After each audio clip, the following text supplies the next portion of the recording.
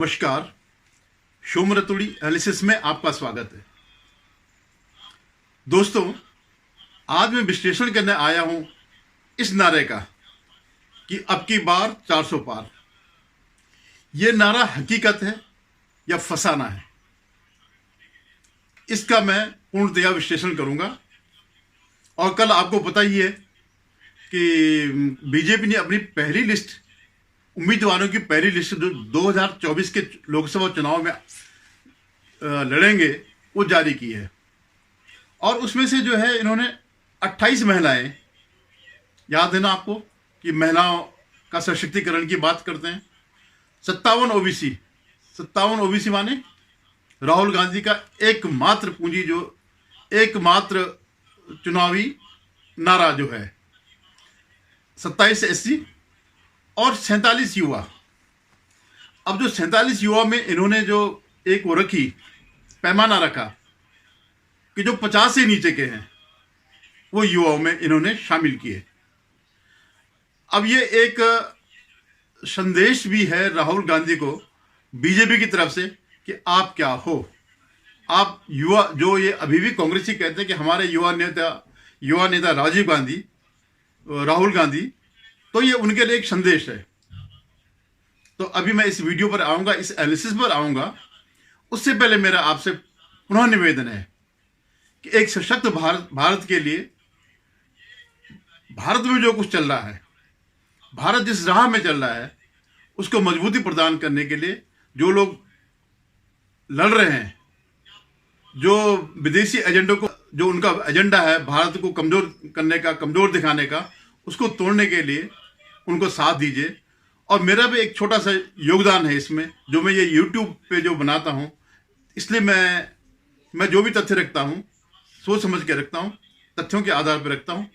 तो मेरा आपसे निवेदन है कि आप मेरे इस चैनल को सब्सक्राइब जरूर करिएगा और वीडियो लाइक करिएगा और वीडियो पे कमेंट जरूर करिएगा YouTube पे जाकर के। धन्यवाद जरूर करिएगा।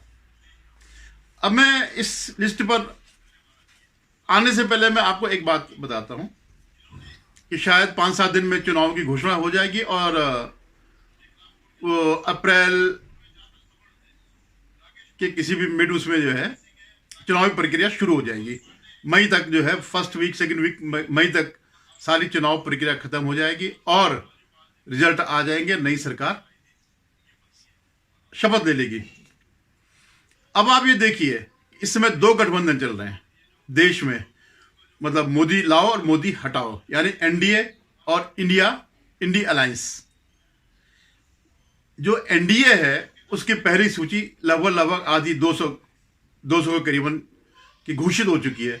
और जो मोदी जी को हटाने पर तुला हुआ है, वो अभी गठबंधन की ही बात कर रहे हैं, अभी तालमेल में ही बात कर रहे हैं, अभी एक दूसरे को कोस रहे हैं, अभी एक दूसरे के खिलाफ बयानबाजी कर रहे हैं। तो आप ये सोचिएगा कि कहां ये स्टैंड करता है। तो ये जो है, ये सब चीजें देखने के लिए आपको ये सब चीज विश्लेषण करना पड़ेगा कि क्या सचमुच जो नारा अब की बार 400 पार का है वो सही है या गलत है, या ये लड़ाई एक तरफा है या 2 तरफा है। ज्यादातर लोग ये मानते हैं कि ये लड़ाई एक तरफा है। और इवन जो इंडी अलायंस के लोग हैं या तटस्थ जो पत्रकार हैं, विश्लेषक हैं, वो भी इस बात को मानते हैं कि तीसरी बार तो बीजेपी की सरकार आएगी ही आएगी। सिर्फ संशय इस बात पर है कि 370 बीजेपी अकेले लाती है या नहीं लाती है, और एनडीए 400 पार जाता है या नहीं जाता है। तो बहस का विषय यह है। अब मैं आपको बताता हूं कि नॉर्थ मिडिल, मतलब साउथ को छोड़ करके बीजेपी जो है सैचुरेशन पॉइंट पर पहुंच गई है। ज्यादातर नॉर्थ के, पंजाब को छोड़ करके, नॉर्थ वेस्ट के राज्यों को छोड़ करके लगभग बीजेपी जो इस स्थिति में है कि वहां कुछ वृद्धि होने की संभावना नहीं है। अब जैसे यूपी में है 2-4 बढ़ेंगे, क्योंकि 62 उनके पिछली बार थे, तो 5-7 बढ़ सकते हैं। तो ये कोई सिग्निफिकेंट नहीं है जो 370 का जो उनका लक्ष्य है उसको पाने के लिए। तो फिर क्या होगा? अब मैं अच्छा मैं थोड़ा इसको यहाँ पे रोकता हूँ, मैं फिर आगे बात करता हूँ कि कहाँ से 370 या 400 का नारा पूरा होगा। पहले मैं दिल्ली की बात करता हूँ। दिल्ली में जो कल जो सीट डिक्लेयर हुई उसमें से काफी लोगों का नाम कट गया, 5 में से 4 का कट गया, एक सिर्फ मनोज तिवारी का ही नाम जो है रिपीट किया गया। अब आप ये सोचेंगे इसके पीछे रणनीति क्या हो सकती है, जबकि ये बीजेपी लगातार 2 चुनाव से 7 की 7 सीटें ला रही है। तो मैं आपको बताता हूं क्या इसके पीछे रणनीति है। बीजेपी लगातार जो है दिल्ली में 7 सीट ला रही है सांसदों का, लेकिन लगातार विधानसभा में जो है हार रही है। आम आदमी पार्टी के सामने उसके चल नहीं पा रही है। तो जितने भी लोग निकाले गए हैं, जिनको टिकट रिपीट नहीं किया गया है, इनको मौका मिलेगा कि आप आने वाले जो 26 में है शायद चुनाव दिल्ली विधानसभा के, वहां आप अपना मत दिखाइए। अदरवाइज यही माना जाएगा कि आप जो जीते हैं अपने बल पर नहीं जीते हैं, बल्कि पार्टी के नाम पर जीते हैं, मोदी जी के नाम पर जीते हैं। अब अपना दम दिखाना है तो विधानसभा में दिखाइए। और जैसे कई इस समय छोड़े गए हैं जिनकी उम्मीद थी, जैसे कपिल मिश्रा, तो कपिल मिश्रा जो है ये स्टॉक मुझे लगता है कि विधानसभा के लिए है, या नुपुर शर्मा, उनकी बहुत उम्मीदें हैं, तो उनको भी जो है विधानसभा में टेस्ट किया जाएगा। या जिनके कटे हैं टिकट, मीनाक्षी लेखी हो गया, या वो थे बिधुड़ी, रमेश बिधुड़ी, जिनका बड़ी कंट्रोवर्सी हुई थी, तो उनको भी, इन सब को मौका दिया गया कि आप जो है विधानसभा चुनाव लड़ें और वहां से जो है आम आदमी पार्टी को हराए। और वहां पिछली बड़ी आसान है। अब इस समय विधानसभा के जो इन 10 साल में आम आदमी पार्टी और केजरीवाल के जो कर्म सामने आ रहे हैं, उनको भुनाना आपके लिए बहुत इजी है, लेकिन आपके अंदर ये शक्ति है या नहीं है, ये आपको सबूत देना पड़ेगा अगले विधानसभा चुनाव के लिए। बाकी जो ये सब है, जैसे मध्य प्रदेश में उन्होंने शिवराज जी को वो केंद्र में लिया है, और ज्योतिरादित्य सिंधिया को भी चुनाव का टिकट दे दिया गया उसी सीट से जिस सीट से वो हारे थे। तो बड़ा, जब मध्य प्रदेश के जो चुनाव हुए थे तो शिवराज जी को लेकर के काफी कुछ हो चल रहा था, लेकिन हमें उम्मीद थी, जो मैंने एनालिसिस किया था, कि उनको केंद्र में लाएंगे और कोई ना कोई महत्वपूर्ण पद देंगे। और बहुत संभव है कि जैसे उनका कई योजनाएं वहां पर चली हैं और 18 साल तक उन्होंने राज किया, उसके बावजूद उनकी वो जीती है, तो ग्रामीण मंत्रालय इस टाइप का जो है लेकर के केंद्र में उनको लाया जाएगा, और उनको लाया ही जाना चाहिए। ऐसे जो सिंधिया है, ज्योतिरादित्य सिंधिया जो है, तो अब की जो है वो अपने बल पर केंद्र में आएंगे, और ये दोनों बड़े प्रभावशाली। हालांकि मध्य प्रदेश में स्थिति तो यही है, पिछली बार केवल कमलनाथ के बेटे ही जीते थे, बाकी तो सब हारे थे, इवन सिंधिया भी हार गए थे कांग्रेस के टिकट से। तो वहां बहुत कुछ करने को नहीं है। वैसे राजस्थान में जैसे वसुंधरा को, उनके बेटे को पुनः टिकट दे दिया गया, जो वहां एक खटपट से लग रहा था कि पता नहीं वसुंधरा विद्रोह करेंगी या क्या करेंगी, लेकिन उन्होंने, वसुंधरा जी ने जो है उसमें भी नहीं किया। राजस्थान में भी जो है जब विधानसभा चुनाव हुए तो कुछ ऐसा गड़बड़ नहीं किया। यूपी में ऑलमोस्ट ठीक ठाक रहा, जो कुछ अभी तक जो 51 वो हैं, तो उसमें कोई बहुत बड़ा हेर फेर नहीं किया गया। अब मैं आता हूं, अच्छा हाँ, मैं तेलंगाना की बात करता हूं। तेलंगाना में शायद इस समय इनके सिटिंग जो है 4 सांसद है। उनमें से जो है, जो एक इटाला राजेंद्र हैं, इनको ये कांग्रेस से आए थे या बीएसआर से आए थे, बीएसआर से शायद आए थे, और इनको फिर लोकसभा का टिकट दे दिया गया। तेलंगाना में हार की वजह से एक कारण ये भी था, जो विधानसभा चुनाव में बीजेपी जीत नहीं पाई, जो बाहर से आए और जो पुराने, बंडी संजय सिंह और वर्सेस इटाला ग्रुप, इनके टकराव से स्थिति खराब रही। अब सबको जो है लोकसभा के लिए लड़ने के लिए कह दिया गया कि आप अब अपना वो दिखाइए, अपनी इंडिविजुअल ताकत दिखाइए। तो खैर ये हो गया। अब मैं ये कह रहा हूं कि 400 पार ये हकीकत है या फसाना। अब मैं असली मुद्दे पे आता हूं। ज्यादातर विश्लेषक इस बात को मान रहे कि नहीं, जो पिछली बार जो बीजेपी की सीट थी उसमें कुछ ही वृद्धि हुई, क्योंकि साउथ में कोई इनको नहीं जानता है। लेकिन मैं आपको एक तथ्य बताता हूं, जब त्रिपुरा के चुनाव हुए थे विधानसभा के, तो उससे पहले त्रिपुरा में बीजेपी की 0 सीट थी, और उसके बाद जो है जब जीती बीजेपी तो 2/3 बहुमत से जीती। ऐसे ही वेस्ट बंगाल में जब इनके 18 एमपी आए बीजेपी के, तो उससे पहले 2 वो थे विधायक थे। तो ये ट्रांसफॉर्मेशन है भाई। आप ये नहीं कह सकते ये इसका गढ़ है वो उसका गढ़ है। अगर गढ़ होता तो वेस्ट बंगाल में आज भी वामपंथियों को कब्जा होता, लेकिन उनको ममता ने हटा दिया और कांग्रेस को पहले वामपंथी ने हटा दिया। तो गढ़ जैसी कोई चीज नहीं होती, एक नीति होती है और विश्वसनीयता होती है। वो चीज सबसे बड़ी चीज है। तो ज्यादातर जो कह रहे हैं कि साहब कहां से लाएंगे, बंगाल से आएंगे। 18 है अभी प्रेजेंट में, जो 18 है, एक आध चले भी गए, खैर वो कोई बात नहीं। आउट ऑफ 40, 40 या 42 है कुछ ऐसे, 42 है शायद वहां पे। तो 30 का क्रॉस करना बहुत आसान है, जैसे कि इस समय परिस्थितियां चल रही हैं। जो वहां जंगल राज चल रहा, जो जंगल राज कभी शायद लालू का भी इतना बड़ा जंगल राज नहीं रहा जितना जंगल राज आज बंगाल में चल रहा है।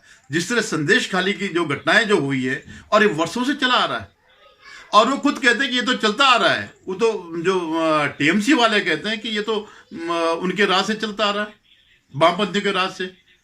तो इस चीज को आखिर उनकी भी तो आत्मा जगेगी। तो इस चीज को खत्म करने के लिए, इस राज को खत्म करने के लिए, ये जो है 10-15 सीट यहां से बढ़ सकती है। मैं निश्चित हूं इस बारे में।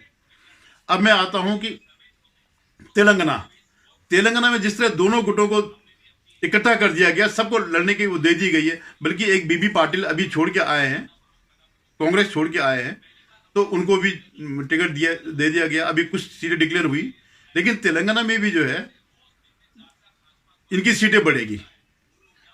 वाईएसआर और नायडू से जो है, तो वहां भी कुछ सीटें बढ़ने की संभावना है।